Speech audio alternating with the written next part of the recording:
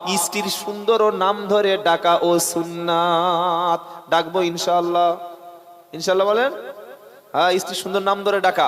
স্বামী যখন বাড়ি থেকে কাজে আসবে, কাজ থেকে বাড়িতে ফিরবে, স্ত্রীর প্রথম দায়িত্ব হলো যত কাজ থাক আগে স্বামীর সামনে এসে দাঁড়িয়ে তাকে বাড়ির মধ্যে নিয়ে বসতে দেওয়া, একটু পানির ব্যবস্থা করা, জামা কাপড় পাল্টে দেওয়ার ব্যবস্থা করা। এটা স্ত্রীর নৈতিক দায়িত্ব। তবে শান্তি ফিরবে, তবে শান্তি আসবে। আজকের আমাদের সংসারে শান্তি জিনিসটাই উঠে চলে গেছে। কেন? নবীর সুন্নাত ছেড়ে দিলে অশান্তি বাড়বে, কিছু করার নেই। নবীর সুন্নাত যখন আপনার মধ্যে থাকবে না, আপনার ঘরের মধ্যে থাকবে না, শান্তির কি জিনিস নাই ঘরের মধ্যে। Fridge, AC, LCD, sofa, dining table, dressing table, আলমারি, খাট, গদি সব আছে, কিন্তু আসল জিনিসটা নাই। কেন? নবীর সুন্নাত আমরা ছেড়ে দিয়েছি। তাই অল্পেতে তুষ্ট হবেন, আর যা খেয়েছেন যা পেয়েছেন বলবেন আলহামদুলিল্লাহ, বলুন আলহামদুলিল্লাহ। আল্লাহ শান্তিতে রেখে দেবে। উপরের দিকে তাকানোর দরকার নাই। আপনার চাইতে নিচের দিকে আছে যারা, তাদের দিকে তাকান। কে 3000 টাকা উপার্জন করে ওদিকে তাকাবেন না। আপনি 500 টাকা, সে 300 টাকা উপার্জন করেন, তাই দেখুন। কার 3 তলা বাড়ি, উফ আমার ঘরটা এরকম হবে না, ও চিন্তা করতে করতে সকাল হয়ে যাবে, ঘুম হবে না। আপনার 1 তলা বাড়ি, ছাদ আছে, পাশের লোক এসবেস্টার ঘর, বৃষ্টি হলে জল পড়ে, আপনি তার দিকে তাকান আর বলুন আলহামদুলিল্লাহ, আল্লাহ শান্তি দেবে। 5 লাখ টাকা ইনকাম মাসে, তার দেখছে আর বলছে কি করে এরকম করা যায় বলতো। বাঙালি জাত তো লোকের দেখলে গাজা লাগায়, বাঙালি জাত মানুষকে দেখলে জলে, নিশ্চয়ই সুদের ঘুষের টাকায়। বাঙালি জাতের কিছু বৈশিষ্ট্য আছে। অপারের ভালো বাঙালি দেখতে পারে না, ক্ষতি করবেই, অপারের ক্ষতি করবে। সকলে বলুন আল্লাহ যা দিয়েছে তার উপরে খুশি থাকবো, বলুন ইনশাআল্লাহ। আর বেশি লোক খালি মাল গুনবো, হ্যাঁ, শুধু মাল গুনে যাচ্ছে আর জমা করছে, খাচ্ছে না, দান করছে না, এরকম লোক আছে না নাই? এদের জন্য কঠিন শাস্তি কি? ওয়াইলুল লিকুল্লি হুমাযাতিল লুমাযা আল্লাযী জামাআ মালাও ওয়া আদ্দাদা ইয়াহসাবু আন্না মালাহু আখলাদা কাল্লা লা ইউমবাদান্না ফিল হুতামা নারুল্লাহিল মুকাদা আল্লাতী তাত্তালিউ আলাল আফইদা ইন্নাহা আলাইহিম, বলো যে তুমি বলো আলাইহিম কি মুসাদা ফি আমাদিন মুমাদ্দাদা। আল্লাহ বলছেন ধ্বংস তাদের জন্য যারা সামনে পিছনে নিন্দা করে। সামনেও নিন্দা করে, পিছনে নিন্দা করে। সামনে বলছে আসসালামু আলাইকুম, ভালো আছো বাবা, আর যেই চলে গেছে একটু দূরে, 500 মিটার দূরে, ফাঁকা শয়তান যাচ্ছে, চিটিং বাস, ছাঁচোর, বদমাস, কি বলে না, বলে না। ইমাম সাহেবদের সামনে দেখালে আসসালামু আলাইকুম হুজুর, দোয়া করবেন, দোয়া করবেন, আর যেই চলে গেছে, ইমাম সাহেব তো এই যে ভুঁড়ি হয়েছে না, পরের বাড়ি খেয়ে, হ্যাঁ প্রথম বলবো। আর আমার মতো ইমাম হলে শালা খেতেই পারে না, কি গো, হ্যাঁ একটু যদি জোরে হেঁটে যায় বলবে মাল কামাতে ছুটছে, খুব জোরে ছুটছে। আর আস্তে হাঁটলে বলবে আজকে যার বাড়ি খেয়েছে, এত খাওয়ান খাইয়েছে, হাঁটতে পারছে না। ইমাম সাহেব যদি একটু স্মার্টফোন, হুজুর আবার স্মার্টফোন, এমনি হয় না, আবার স্মার্ট। আর হুজুরের যদি কোনো ফোন টোন না থাকে, সে আগেকার ওই ছোট মোবাইল, এইসব হুজুর দ্বারা হয় না। হুজুরের ফোনে একটু টিকটক ভিডিও থাকবে, হোয়াটসঅ্যাপ থাকবে, ফেসবুক অ্যাকাউন্ট থাকবে, মেসেঞ্জার থাকবে, ইনস্টাগ্রাম থাকবে, তবে তো হুজুর। মানে আলেমদের এত বদনাম, ইমামদের কিছু করা যাবে না, কিছু বলা যাবে না, কি বুঝলেন? তো কিছু মানুষের স্বভাব সামনে আপনার বিরুদ্ধে আজে বাজে নিন্দা করবে, আর পিছনে গেলে তো ধুয়ে দেবে। আল্লাহ তাদেরকে বলছে ওয়াইলুল লিকুল্লি হুমাযাতিল লুমাযা আল্লাযী জামাআ মালাও ওয়া আদ্দাদা। সামনে পিছনে যারা নিন্দা করে আর মাল শুধু জমায় আর গোনে। মাল এনেছে কামিয়ে রাত্রেবেলা গুনছে, খাস খাস খাস খাস করে গুনতে গুনতে গুনতে গুনতে রাত কত সময় পার করে দিয়েছে। প্রতি মাসে টাকা জমায়, একটা টাকা মসজিদে দেয় না। প্রতি মাসে টাকা জমায়, ইতিম মিসকিনদেরকে খেতে দেয় না। নিজের মায়ের পেটের ভাইকে টাকা দেয় না, নিজের বোনকে টাকা দেয় না, নিজের চাচা চাচিকে দেয় না। প্রতিবেশী যে আছে তাকে কষ্ট দেয়, তার সঙ্গে ভালো ব্যবহার করে না। নবী বললেন সে ব্যক্তি মুমিন না। যে প্রতিবেশীকে কষ্ট দেয় সে কখনো ভালো মুসলমান হতে পারে না। নামাজ পড়ছেন, রোজা করছেন, হজ করতে গেছেন, যাকাত দিয়েছেন, কিন্তু প্রতিবেশীর রাস্তা বন্ধ করে দিয়েছেন, প্রতিবেশীর বাড়ির সামনে উঁচু পাঁচিল তুলে দিয়েছেন, প্রতিবেশীর সঙ্গে প্রতিদিন ঝগড়া করে, আবার তাহাজ্জুদের নামাজ পড়ে, এটা কখনো কোনো মানুষের আচরণ হতে পারে না। প্রতিবেশীর ভালো আচরণ যারা করে তারাই হলো সবচাইতে ভালো মুসলমান। আমাদের বাড়ির যে মেয়েরা আছে না, আমার আগে হযরত বলছিলেন পর্দা করে, কোরআনও পড়ে, নামাজ পড়ে, আর ঝগড়া লেগে গেলে কাপড়টা কোমরে দিয়ে ওই যে শুরু হলো, কত রকমের ভাষা যে মেয়েরা জানে আপনি ভাবতে পারবেন না। সব ভাষায় পিএইচডি, সব ভাষায় পিএইচডি করে রেখেছে।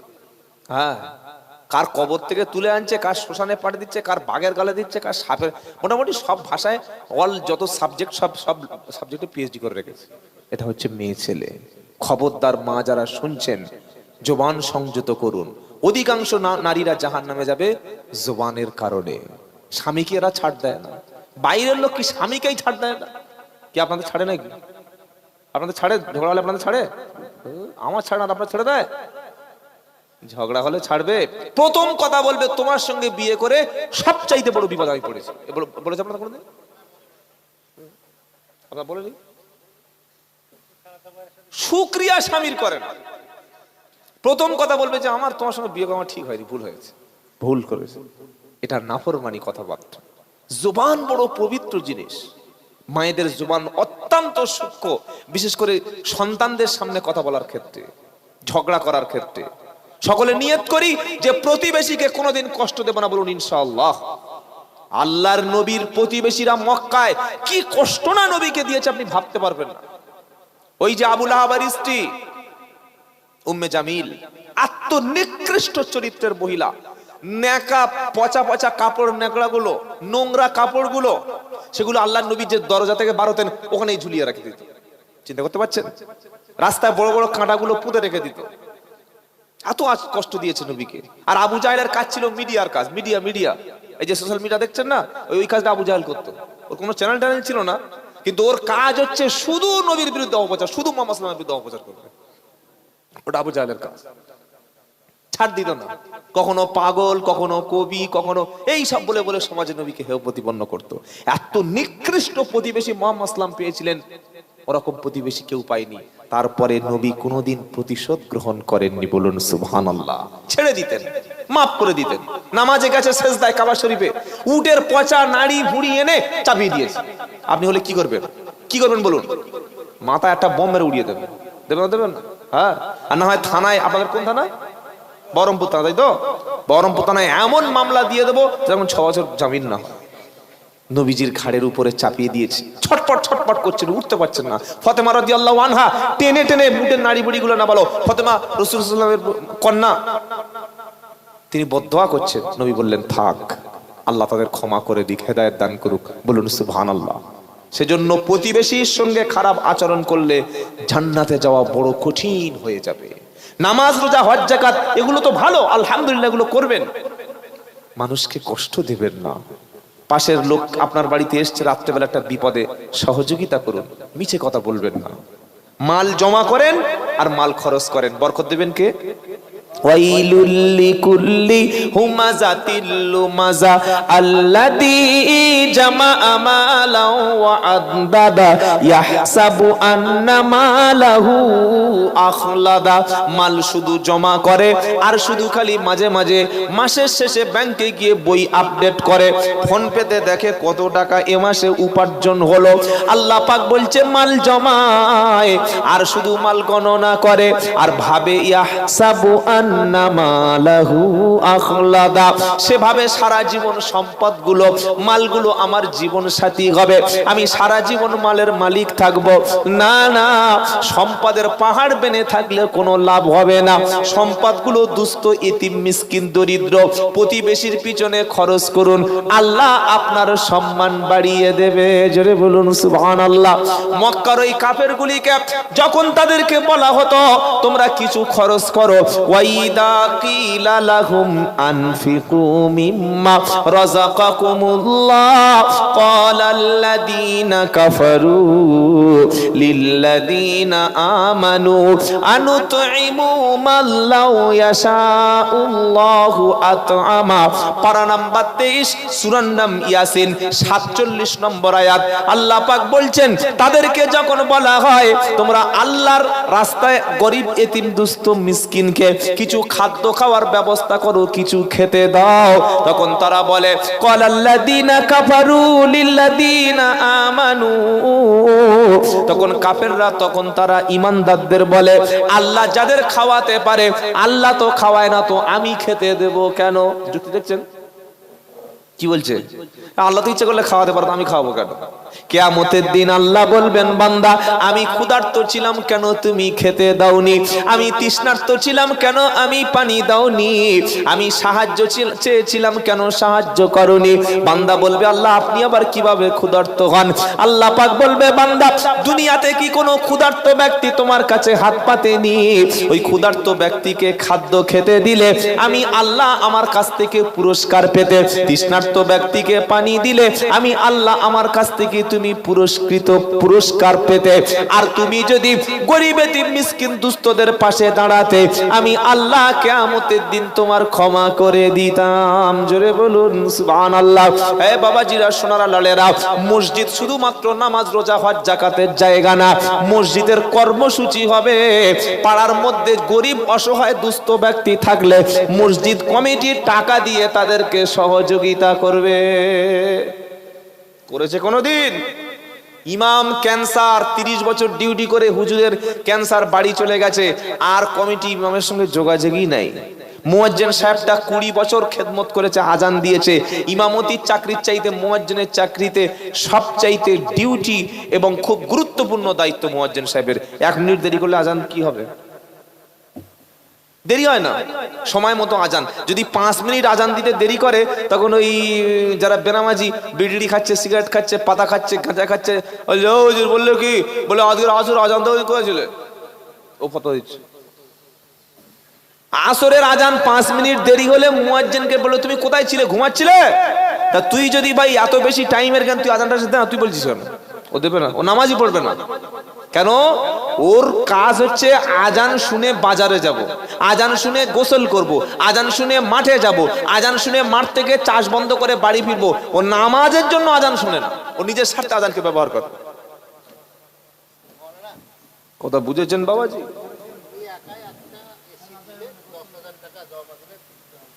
আচ্ছা মাশাআল্লাহ, সবগুলো এখন দেখে দিন, নামগুলো আমার হযরত আছে খাতায় লিখে, ইনশাআল্লাহ শেষে সব নাম বলে দেবো ইনশাআল্লাহ। সকলে বলুন আমরা পাশে মানুষের দাঁড়াবো ইনশাআল্লাহ। বলেন আল্লাহর কসম করে বলছি, বিশ্ব নবী তরবারি দিয়ে, ছুরি দিয়ে, ভয় দেখিয়ে, প্রেসার দিয়ে কোন একজন অমুসলিমকে মুসলমান বানাননি। বলুন সুবহানাল্লাহ। তাহলে কি দেখে মানুষ ইসলাম কবুল করেছে? নবীর মানবিকতা, নবীর আচরণ, নবীর আখলাক, নবীর চরিত্র, মানব সেবা, মানুষের পাশে দাঁড়িয়েছেন, মানুষের বিপদে সহযোগিতার জন্য হাত বাড়িয়েছেন, ক্ষুধার্তকে খাদ্য দিয়েছেন, তৃষ্ণার্তকে জল দিয়েছেন, বস্ত্রহীন ব্যক্তিকে পোশাক পরতে দিয়েছেন। মানুষ বিপদে পড়লে মুহাম্মদ সাল্লাল্লাহু আলাইহি ওয়াসাল্লাম নিজে কাঁধে সেই বিপদটা, নিজে কাঁধে করে সেই বিপদটা পাশে দাঁড়িয়ে সহযোগিতা করেছেন। এই চরিত্র দেখে তবে আল্লাহর নবীর হাতে হাজার হাজার মানুষ ইসলাম কবুল করেছে। বলুন না সুবহানাল্লাহ। আজকে আমাদের দেখে কেউ মুসলমান হবে না, আমরা আমাদের চরিত্র এমন করে ফেলেছি, এমন স্বার্থপর হয়ে গেছি।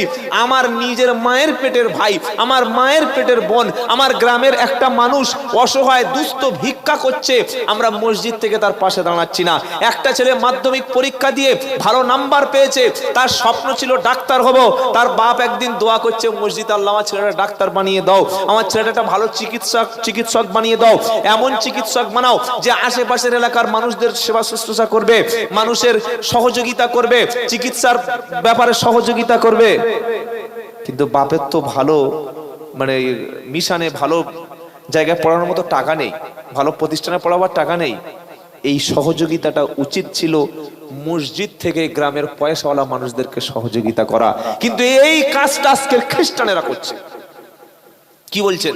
বিনা পয়সায় চিকিৎসা যেটা মুহাম্মদ সাল্লাল্লাহু আলাইহি মানুষকে দিয়েছিলেন, আজকের সেই কাজটা খ্রিস্টানেরা করছে। প্রত্যেকটা মুসলিম মহল্লায় দেখবেন বেশিরভাগ থানায় খ্রিস্টান হসপিটাল আছে না নাই?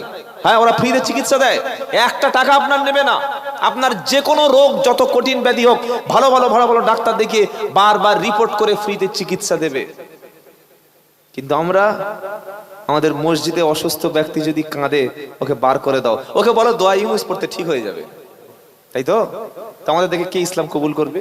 একটা ছেলে পড়তে পারছে না, ভালো উচ্চ শিক্ষিত হবে, আমরা সহযোগিতা করছি না, এটার নাম ইসলাম নয় ভাই। নামাজ রোজার মধ্যে ধর্মটাকে আমরা শুধুমাত্র সীমাবদ্ধ করে দিয়েছি। একটা মানুষ কঠিন বিপদে পড়েছে, সে জুলুমের শিকার, আপনি তাহাজ্জুদ পড়ছেন আল্লাহ পাওয়ার জন্য, একটা মানুষের উপরে জুলুম হচ্ছে, ও কারণে তাকে হ্যারাসমেন্ট করছে, আপনারা প্রতিবাদ করে ছেড়ে দিচ্ছেন না, এটা ইসলাম নয়। তার পাশে দাঁড়ান, ইনসাফ প্রতিষ্ঠা করুন। আল্লাহর নবীর আখলাক ছিল এটাই। আমরা করব ইনশাআল্লাহ। যাদের সঙ্গে ঝগড়াঝাটি হয়ে আছে, মুসলমান কোনোদিন ঝগড়া করবেন না, ঝগড়াঝাটি ছোট ছোট বিষয় নিয়ে ঝগড়াঝাটি করবেন না। আমাদের এখন ঐক্যর দরকার। আপনি এখানে বসে আছেন, আপনার যে মসজিদ, আপনার যে ঈদগাহ, আপনার যে কবরস্থান, আপনার যে মাদ্রাসা, এই মাদ্রাসা, কবরস্থান, ঈদগাহকে সরকার ওয়াকফ সম্পত্তিগুলো নিজে হাতে নিয়ে ডিস্ট্রিক্ট ম্যাজিস্ট্রেট দিয়ে শাসন করার জন্য, খরচ করার জন্য, ব্যয় করার জন্য এগুলো বিল অটোমেটিক পার্লামেন্টে নিয়ে এসছে। এটা আপনারা শুনেছেন নাকি আমি নতুন বললাম? শুনেছেন। করণীয় কি? হুজুররা একটু বলবে, আমরা একটু শুনলাম, ব্যাস বাড়ি চলে গেলাম, তাই তো? প্রতিবাদ। আপনাকে দ্বিতীয় শ্রেণীর নাগরিক বানানো হবে, আপনার স্বাধীনতাকে কেড়ে নেওয়া হবে, আপনাকে রোহিঙ্গা বানানোর সমস্ত ষড়যন্ত্র চলছে। রোহিঙ্গা বানাবে আপনাকে। মসজিদ যদি আমার হাতে না থাকে, মাদ্রাসা যদি না থাকে, ঈদগাহ যদি না থাকে, খানকা যদি না থাকে, কবরস্থান যদি না থাকে, তো রোহিঙ্গাদের এই একই অবস্থা। হ্যাঁ, রোহিঙ্গাদের অবস্থা একই ছিল। তাদের মসজিদ, মাদ্রাসা, খানকা সব কেড়ে নিয়েছিল মায়ানমারের সরকার, সেজন্য তো তাদেরকে দেশ ছাড়তে হয়েছে। আজ এমন কঠিন পরিস্থিতি আমরা দাঁড়িয়ে আছি, ঐক্য চাই। ছোট্ট ছোট্ট মত পার্থক্য ভুলে ঐক্য হবো, বলুন ইনশাআল্লাহ। আর আল্লাহ নিজেই বলছেন তোমরা ঐক্য থাকো। আতিউল্লাহ ওয়া আতিউর রাসূলাহু ওয়া লা তানাযাউ ফাতাবশালু ওয়া তাযহাবা রিহুকুম ওয়াসবিরু ইন্নাল্লাহা মা'আস সাবিরিন। 10 নম্বর পারা, দ্বিতীয় পৃষ্ঠায় 1 নম্বর লাইন, 46 নম্বর আয়াত, সূরার নাম আনফাল। আল্লাহ বলছেন, আল্লাহ এবং রাসূলের আনুগত্য করো, আর তোমরা জানো, খবরদার নিজেদের মধ্যে বিভেদ করো না, নিজেরা বিভিন্ন দলে বিভক্ত হয়ে যেও না। যদি তোমরা বিচ্ছিন্ন হয়ে পড়ো, যদি তোমরা বিভক্ত হয়ে যাও, যদি তোমরা দলে দলে ভাগ হয়ে যাও, তাহলে তোমরা দুর্বল হয়ে যাবে, তাহলে তোমরা ক্ষমতাহারা হয়ে যাবে। বিশ্বের জমিনে ছোট একটা রাষ্ট্র যার নাম ইসরায়েল, সে আবার অবৈধ রাষ্ট্র। আজকে 1 বছরের বেশি ধরে ফিলিস্তিনকে শেষ করে দিয়েছে। ফিলিস্তিনে আর কেউ বেঁচে নাই, কয়েকজন মাত্র বেঁচে আছে। লেবানন কয়েক হাজার মানুষকে শহীদ করে দিয়েছে। বাইতুল মুকাদ্দাসের মধ্যে আপনি এখন যেতে পারবেন না, অথচ 3টি মসজিদ হলো ভ্রমণের, 3টি মসজিদ সফর করার অনুমতি আছে। একটা মসজিদে নববী, আর একটা মসজিদুল হারাম, আর একটা মসজিদুল আকসা। আপনি ইচ্ছা করলে এখন বাইতুল মুকাদ্দাসে মুসলমানদের প্রথম কিবলায় গিয়ে 2 রাকাত নামাজ পড়ার ক্ষমতা নাই। ইচ্ছা করলে পারবেন না, ইচ্ছা করলে পারবেন না। হ্যাঁ, সেটা ইহুদিদের দখলে। আজকের মুসলমানের সংখ্যা প্রায় 200 কোটি। কিন্তু আমাদের হাতে না আছে মিডিয়া, না আছে কোনো শক্তিশালী যন্ত্রপাতি, না আছে পরমাণু বোমা, ওই কয়েকটা আছে ইরানের কাছে, আর পাকিস্তানে যা আছে এগুলো শবে বরাত রাতে ফাটানোর জন্য রেখে দিয়েছে। ও ছাড়া কোনো কাজ না। কি বুঝলেন? ইরানের কাছে কয়েকটা মাত্র আছে, সেই কি করে আছে আল্লাহই জানে। আর বিশ্বে কারোর কাছে কিছু নাই। মুসলমানরা কি বানাচ্ছে? বুরুজ খলিফা। কত কত কত তলা? 124। হ্যাঁ, আবার ওই আমেরিকা বললো আমাদের খলিফা টলিফা কিচ্ছু নাই। আমাদের রয়েছে কেমব্রিজ, রয়েছে অক্সফোর্ড। এতে যা তৈরি করবো না, তারা ওই ব্রুজে উঠে কিছু করতে পারবে না। বিল্ডিং বানাচ্ছে মুসলমান, বিল্ডিং ব্যস্ত। আপনি দুবাই যাবেন, ভাববেন মানে জান্নাতে চলে এসেছে। কি নাই, কি নাই। এমন এমন হোটেলে লক্ষ লক্ষ টাকা খরচ করে মানুষ সেখানে এনজয় করে আসে। আর নারী আর মদ তো একদম মুসলিম দেশগুলিতে পুরো ফ্রি। কত মদ খাবেন? একটা মদের দাম 8 কোটি টাকা। নাম খেলে হার্ট অ্যাটাক করবে, টাকা পাবেন কোথায়? সারা জীবন ইনকাম করতে পারবেন। 8 কোটি, 9 কোটি, 10 কোটি। একটা নারীর কাছে শুধু কয়েক ঘন্টা আপনাকে সার্ভিস দেবে, কয়েক লক্ষ রিয়াল খরচ। ছেলে খেলা? আপনি তো কটা মেয়ে থেকে হুঁড়িকে পড়ে গেছেন, আর সেসব তো দেখেননি। এই হলো আজকের মুসলমান শাসকদের অবস্থা। এক সপ্তাহ আগে আপনারা দেখেছেন সোশ্যাল মিডিয়ায়, সৌদিতে একটা ফেস্টিভ্যাল হয়েছে, নাম হচ্ছে রিয়াদ সেশন। তাতে কি হয়েছে জানেন? কাবা শরীফের মতো একটা কাঁচের গ্লাসের সাইড স্লো করা হয়েছে। এই শোতে কাবা শরীফের মতো একটা চিত্র তুলে ধরা হয়েছে, আর উলঙ্গ একেবারে ফুল নেকেট, শরীরের কয়েক জায়গায় পোশাক। এই মহিলাগুলি তারা ড্যান্স করে নেচেছে, যার নাম দিয়েছে রিয়াদ ফ্যাশন শো। সৌদি আরবে হয়েছে, নবীর দেশে হচ্ছে। কত সাহাবা, কত নবী, কত আম্বিয়া, কত সাহাবাদের কুরবানি। বিশ্ব রসুলের দেশে যদি এই হয়, গোটা বিশ্ববাসী কি দেখবে বলুন? তাহলে আমরা কোথায় আছি? আজকে আমাদের জন্য কে কথা বলবে? আপনার জন্য কথা বলার কোনো লোকই নাই পৃথিবীতে। সুতরাং আমাদেরকে আগিয়ে আসতে হবে। শিক্ষা আন্দোলন, সচেতন, ঐক্য চাই।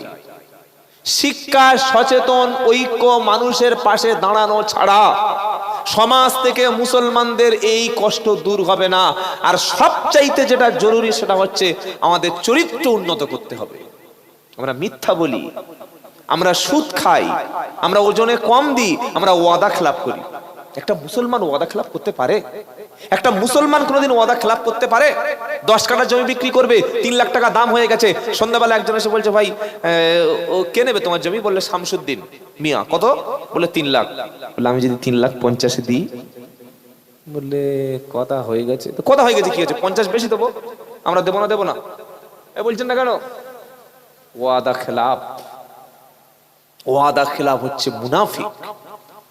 এই চরিত্র আজ আমাদের মধ্যে। ভালো মুসলমান, ইমানদার, সচেতন নাগরিক, মানুষের উপকার করা, নিজেদের মধ্যে দ্বন্দ্ব হলে মীমাংসা করে নিন। ইনশাআল্লাহ আল্লাহর সাহায্য মদদ আপনার সাথে থাকবে। বলুন সুবহানাল্লাহ। আল্লাহ তো ওয়াদা, কি ওয়াদা? ওয়ালা তাহিনু ওয়ালা তাহজানু ওয়া আনতুমুল আ'লাউনা ইন কুনতুম মুমিনিন। 4 নম্বর পারা সূরা আল ইমরানের 12 নম্বর লাইনে 139 নম্বর আয়াত। আমার আল্লাহ বলছেন, তোমরা চিন্তিত হইও না, তোমরা ভেঙে পড়ো না, হতাশ হইও না। মুমিন কখনো চিন্তা করে না, মুমিন কখনো হতাশ হয় না। যদি তোমরা মুমিন হও, যদি তোমরা বিশ্বাসী হও, আমি আল্লাহ তোমাদেরকে জয়ী করব, এটা আমার ওয়াদা। জোরে বলুন সুবহানাল্লাহ। যদি তোমরা মুমিন হও, ক্ষমতা তো তোমার হাতে তুলে দেব।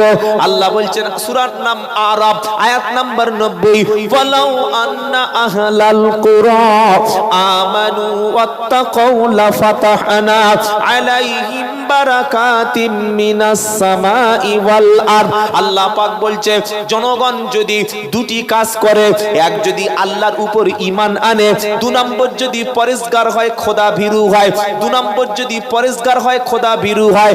1 নম্বর ঈমান আনতে হবে আল্লাহর উপরে, 2 নম্বর পরেজগার পরেজগার খোদা ভীরু, আমাদের মধ্যে আল্লাহর দিকে বেশি বেশি ভয় থাকতে হবে। ঈমান আনার পরে মানুষ জনগণ যদি আল্লাহকে ভয় করে, আর আল্লাহ পাক বলছে আসমানের রুজির সমস্ত দরজাটা ওই জনগণের জন্য আমি আল্লাহ খুলে দেব। জোরে বলুন, রুজির ব্যবস্থা হয়ে যাবে। রুজি তো দুনিয়া নাই, রুজি আসে কোত্থেকে? হ্যাঁ, আসমান থেকে। আল্লাযী জাআলা লাকুমুল আরদা ফিরাশা, আল্লাহ বলছেন সূরার নাম বাকারা প্রথম পারাতে, আমি আল্লাহ তোমাদের জন্য জমিনকে করে দিই। আল্লাযী জাআলা লাকুমুল আরদা ফিরাশা, জমিনকে তোমাদের জন্য বিছানার মতো নিরাপদ বানিয়ে দিয়েছি। ওয়াস সামাআ বিনাআ, আকাশকে বানিয়েছি ছাদ। ওয়ানজালা মিনাস সামাই মাআন, আর আসমান থেকে আমি আল্লাহ বৃষ্টি বর্ষণ করি। বৃষ্টিটা জমিনে পড়লো, তোমরা উচ্চে তৈরি করছো, পটল সবজি তৈরি করছো, তোমরা আলু চাষ করছো, বেগুন চাষ করছো, সবজি চাষ করছো। জমিনে কয়েক ফোঁটা পানি হলো, কয়েকটা বৃষ্টি হলো, সুন্দর বৃষ্টিটা জমিনটা উর্বর হয়ে গেল। তোমরা আলু চাষ করলে, গম চাষ করলে, পেঁয়াজ চাষ করলে, ধান চাষ করলে, আমি আল্লাহ জমিনটাকে তোমাদের জন্য উর্বরও বানিয়ে দিলাম। সুতরাং আমি আল্লাহ রুজির ব্যবস্থাটা আসমানের বৃষ্টির দ্বারাই করে দিলাম। রুজির মালিক হলাম আমি আল্লাহ। দুটি কাজ যদি তোমরা করতে পারো, একটি কাজ যদি করতে পারো, দুটি লাভ। কাজটা কি? এক নম্বর কাজ হচ্ছে আল্লাহর ইবাদত। ফালিয়া আবুদু রাব্বা হাদাল বাইত, আল্লাহ পাক বলছেন বাইতুল্লাহর মালিক হলাম আমি আল্লাহ। ওই আল্লাহর ইবাদত দাসত্ব বন্দেগী যদি করতে পারো, তোমাদের জন্য দুটো খুশির সংবাদ। একটা হলো আল্লাযী আত'আমাহুম মিন জু'i ওয়া আমানাহুম মিন খাউফ, প্রথম হলো ক্ষুধার্ত যখন হবে, খাদ্যের প্রয়োজনে আমি ঘাটতি মেটাবো। দু নম্বর, তোমাদের যখন নিরাপত্তার অভাব হবে, আমি আল্লাহ তখন পূর্ণ নিরাপত্তা দেব। আমরা ইবাদত মানে কি বুঝেছি জানেন? ইবাদত মানে ওযু করে, গোসল করে, পাক পবিত্র পোশাক পরে মসজিদে যাও, নামাজ পড়ো, নামাজ শেষ, ইবাদত শেষ, তাই তো? কিন্তু চাষবাস যে ইবাদত, এটা আমাদের জানা নাই। চাষও ইবাদত। পৃথিবীর আদম, আমাদের হযরত আদম জাতির মানুষের পিতা, প্রথম মানুষ, প্রথম নবী, তিনি কিন্তু চাষী ছিলেন। চাষ করেই জীবিকা নির্বাহ করতেন। বলুন সুবহানাল্লাহ। আপনি যতক্ষণ জমিনে আছেন, মাঠে চাষ করছেন, তবে কাপড়টা যেন হাঁটুর নিচে থাকে। হ্যাঁ, 70 বছর বয়স হয়ে গেছে, কাঁচা মেরে নেমে পড়ে, দেখেন নাই? আমাদের 24 পরগনা বলে কাঁচা মেরে নেমেছে। আপনারা কি বলেন? বান্না, বাল্লা। বাড়িতে ফোন করে ছেলের বৌমাকে বলছে, বৌমা, বললে কি? বলছে দুটো রুটি করে নিয়ে আসো, খাবো। বৌমা রুটি আর একটু ওই অমলেট, হ্যাঁ, নিয়ে গিয়ে দেখছে সর্বনাশ, লুঙ্গির কোনো অস্তিত্ব নাই। কি জুম করে লুঙ্গি খুঁজে পাচ্ছে না, এত অবস্থা।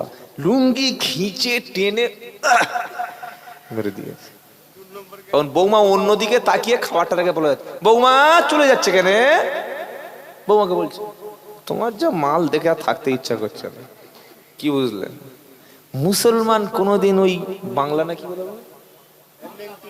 বাংলা, আপনাদের ভাষা আমার মুখেই উচ্চারণ সম্ভব করতে পারে না। বয়স হয়ে গেছে, এখনো যুবক ছেলেরা হাফ প্যান্ট পরে। আমার উদ্দেশ্য বুঝতে পারি, হাফ প্যান্টের উদ্দেশ্যটা কি? রাতের মাল দিনে বার করে, কি গো? হ্যাঁ, হাফ প্যান্ট পরছে যুবক ছেলেরা। আবার কিছু শিক্ষিত পয়সাওয়ালা, এই সেদিন ত্রিপুরা থেকে ফিরছিলাম প্লেনে, তো আমার এই সামনের সিটে একজন ভদ্র মহিলা বসে আছে, আমি এসে সবে বসছি। ও সর্বনাশ, এত ফকির, এত গরিব। ভাবলাম, দেখলাম ওই ছেঁড়া প্যান্ট, কি গো, হাতে আবার দেখলাম আইফোন, হাতে আইফোন, আর সে ছেঁড়া প্যান্ট পরেছে। চিন্তা করতে পারছেন কত গরিব? গরিব ভিক্ষু খয়রাতি না হলে কেউ তার ছেলের এই প্যান্ট কিনে দেয়? ছেলেদের দোষ নাই, দোষ বাপের। কই আমার, আমি তো ছেঁড়া প্যান্ট পরছি না, কই আমার তোকে অপমান করতে পারছে না? আমি তো এই ড্রেস পরে সারা বাংলায়, আসাম, উড়িষ্যা, ঝাড়খণ্ড, ত্রিপুরা সব জায়গাতে ঘুরি, আমাকে কোন থেকে বলছে না? আপনি ওই পোশাকটা পরবেন না যে পোশাকটা অভদ্র মতো দেখায়, অভদ্র পোশাক। মেয়েদের এখন আর কোনো ওন্নার দরকার নাই, খালি একটা গেঞ্জি আর একটা প্যান্ট, ব্যাস, দ্যাটস এনাফ, হয়ে গেল। কোনো ঝামেলা নেই।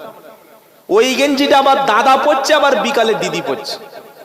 কি গো, সকালে দাদা, বিকালে দিদি, দাদা বৌদি হয়ে গেল। মুসলমান, নিজের চরিত্র পাল্টাও। তোমাকে দেখলেই যেন বোঝা যায় যে তুমি একটা সত্যিকারের মুসলমান। আমরা অমুসলিমদের কালচারকে ফলো করছি, অমুসলিমদের মতো চুল কাটছি, অমুসলিমদের মতো আমাদের খাওয়া দাওয়ার তরিকা। চা নিচ্ছে বাঁ হাতে, ডক ডক ডক করে খেয়ে ফেলছে। লা তাকুলু শিমাল, বাম হাতে খেও না, বাম হাতে পান করো না। শয়তান বাম হাতে পান করে, বাম হাতে খায়।